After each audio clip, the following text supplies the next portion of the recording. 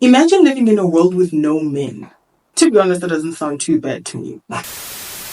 Hello, beautiful people. I hope you are doing well and welcome back to my channel. Yes, and today I'm giving you guys another review. And as you can see by the title, today we are going to be talking about Ready, Set, Love. Let's go.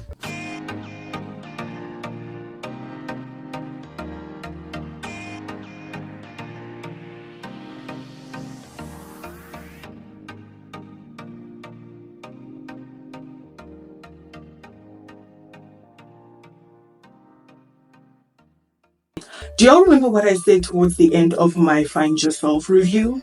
Flashback. I'm gonna need to go find another show now that is nice. It's going to lift my spirits once again. End of flashback. Well, baby, I found something that lifted my spirits, and so we're gonna talk about it. So if you do not know what Ready, Set, Love, I have to say like that every single time. If you don't know what that show is about, haven't watched it, haven't seen it, well, it is about this world where a pandemic had hit back in the 70s. It also caused like a little mutation situation within women, which caused them to give birth to women, well, females more than males. This caused the population of males to plummet even more, and where everything is currently taking place, the population is currently 99.99% female. So there are a rare species, there are an endangered species. Also, these men are kept in this place called the farm, and they're segregated from all the women, right? And there's currently only 318 men in their whole existence. When they're of age, they will be selected to partake in this Ready, Set, Love reality game show thing. So think Squid Game without the dying meets Hunger Games without the dying meets The Bachelor. And in this particular season, we have 5 men that are in the running to get a spouse, and those are Sun, Almond, Max, Paper, and Jen. Also, I really thought I had made peace with the fact that Thai people can have some really weird English names. Mara Paper! Vampiri. So let me give you a quick rundown of all the little love triangles and squares and octagons that happen. First of all, we have Sun. Okay? Sun is like the main dude, right? The main dude, top dog. We have Sun, and Sun likes Day. Day is the underdog within the girls, right? But Sun is supposed to get with Chanel. However, Chanel likes Max, and Max likes Chanel. But Chanel's best friend, her name is Baby, she also likes Max. There is also Paper, and Paper likes Baby. So, Tennessee 1 is basically what I'm saying. This is me recommending the show. I highly recommend the show. It is so good. It is such a feel-good show. It's only 6 episodes. I literally finished it in one day because it was so good I could not put it down. So yes, that is it for all my folks that have not watched it. This is me telling you guys to go watch it, giving you guys a little mini breakdown of everything. And now, let's chat to all you people that have watched it. This is our time now. Okay guys, so when I started watching it, I was a little bit skeptical. I was like, imagine me and Chanel fighting for a dude. I used to like, Nale. Listen, it was that thing of, the more I saw them, the more you get to know them, you see their little characteristics and personalities show, and then you get something like, okay, I kind of like y'all too now, okay? I don't know about y'all, but my favorite was Max. I like Sun, but my favorite was Max. Now we gonna put his allergy to shirts aside. His personality was like, oh my god, like this dude, he was cool. He was my favorite. If I had a choice, I feel like my choice would have been between him, Max, Sun, and possibly Paper. Like, Paper was a vibe. Before I forget, let me just mention this. This is something I liked, that there wasn't necessarily like serious love triangles and serious beef where now there's an altercation that's falling out between the two people because they're all fighting for this one person. I really liked that. It was refreshing. Now back to Almond, because he stressed me out, but there was this whole little love triangle between Yena and Sun and Day, right?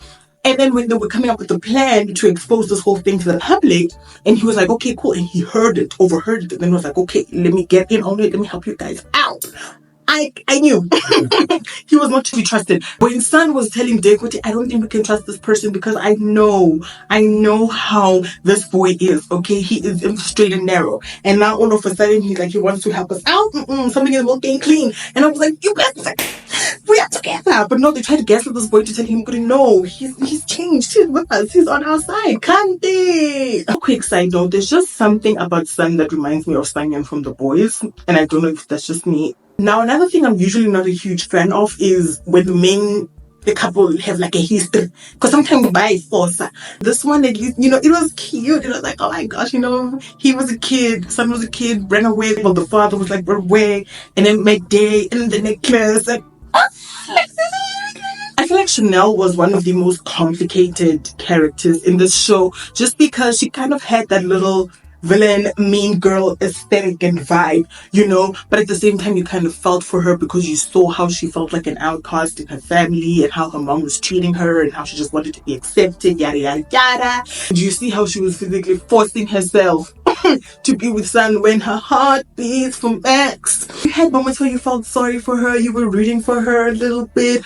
but at the same time you hit moments where you just want to slap her across the face. However, I liked how they wrapped everything up with her at the end, final episode, her and Max. And talking about the final episode, I have a lot to say about it, but we will circle back. Now, another character I liked was May, okay? She was adorable. I loved her. Okay, she stressed me out a little bit because, she was sick. I was like, oh, girl, you better not die. I loved her so much. She was so cute. The way she was such a fangirl. I'm like, same.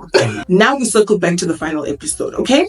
This show was so good. I enjoyed every second of it, right? And we said it was simple, it was smooth sailing, everything was a-okay. And then we got to the last episode and I still cannot quite wrap my head around the final episode because it was like, okay, it's the final round. They're fighting over this thing, right? Cool. Chanel wins. It's time for them to choose their spouses. It turns from a game show to, bachelorette, bachelor vibes, here's my rose, away. And then it turns into an expose with Day exposing the truth behind how the thing is fixed and yada yada yada. And then it turns into a protest when Day is having her little expose moment, her little monologue, right? And she's like exposing everything, what is fixed, blah blah blah. And then she says something along the lines of, today, I'm no longer standing, following the system. I'm going to choose who I love, right? And I was like, I hear you, girl, right? And I'm here for it, like Amandla work.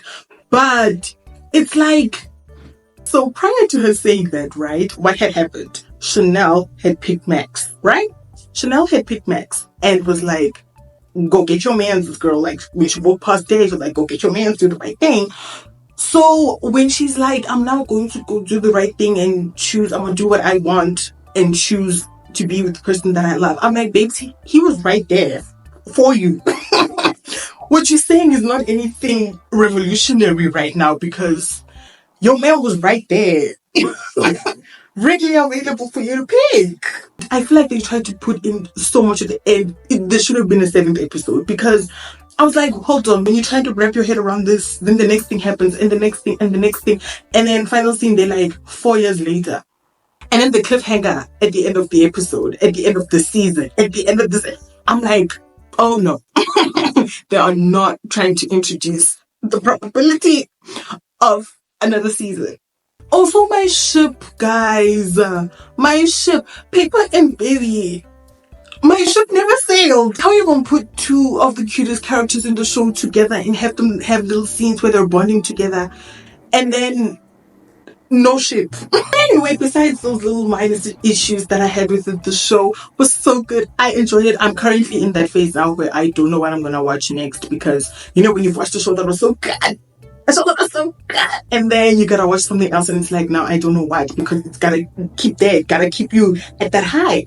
I am currently at that point, but like, shout out to TikTok for putting the show on my radar because I don't think I would have watched it if it wasn't for that, but I am here for it. I liked it. I want to hear what you guys thought about it because it was so good for me. I enjoyed it, as short as it was, 6 episodes, but it was good and we love to see it. So yeah, that is it for now. So don't forget to subscribe, leave a like, leave a comment, switch on post notifications, all that amazing stuff. Until next time, stay amazing. Bye.